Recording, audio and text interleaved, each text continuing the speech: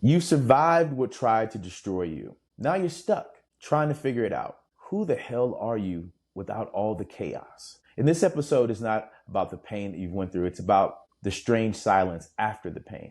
You see, the moment your trauma no longer defines you, but you're not quite sure what does. You don't know how to talk about joy because for so long, you've only spoken in wounds. You don't know how to move forward because no one's taught you, because surviving became your personality. But now that you're out of survival mode, now that that person is gone, you've healed. You've outgrown the person who survived. Now what? Thank you guys for hanging out with me. I'm Gerald Fears, Fearless Conversations. I appreciate you hanging out with me. Today, we're going to talk about what do you do after you've survived the trauma, the identity crisis after you've healed. You see, healing is not just about feeling better. It's about losing the familiar yes, even if that familiarity was dysfunction.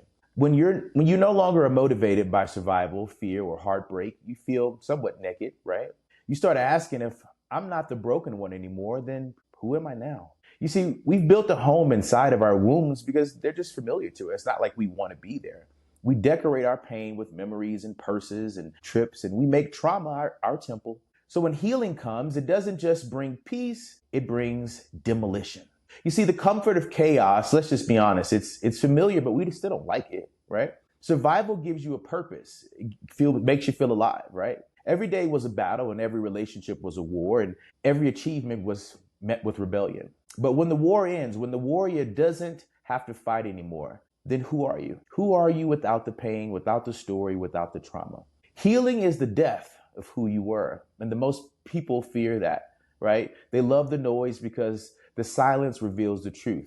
They don't know who they are without the fight. Rewriting your identity is going to take some time, but you can do it. You may need help. You may need a coach like myself. You have to stop asking, what have I been through, and start asking, what am I here to build now? Now that I don't have to do this anymore, now that I'm not struggling in this chaos, what brings peace, not chaos, right? What serves your future, not your survival? So we're going to have you take some action steps today, some real live stuff. Who am I becoming now that I am no longer this broken person? It's time to start exploring without the pressure to label yourself. Let joy be free in your life.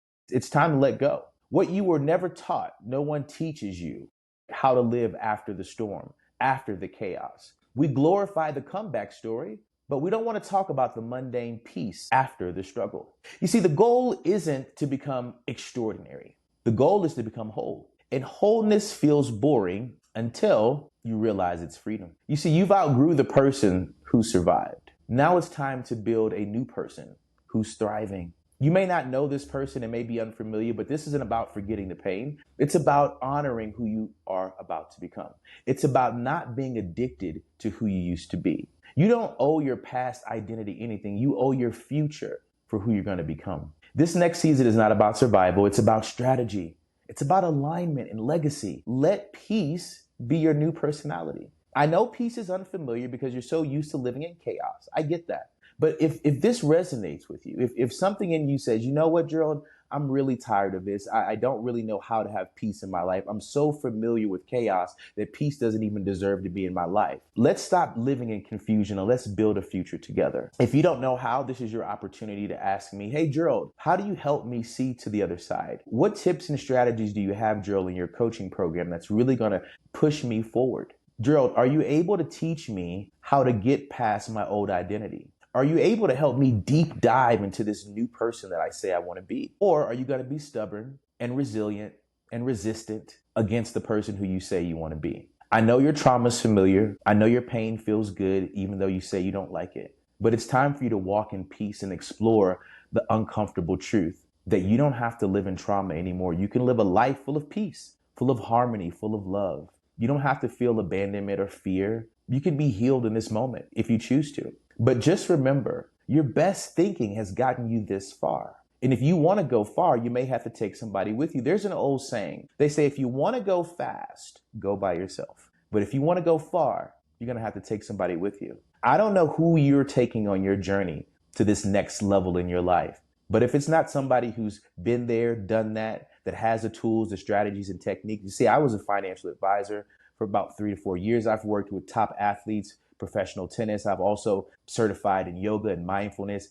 I have the tools. I've slept in my car. I've had my bank account on zero. My whole family has passed away. There's nobody left but me, my sister, and my father.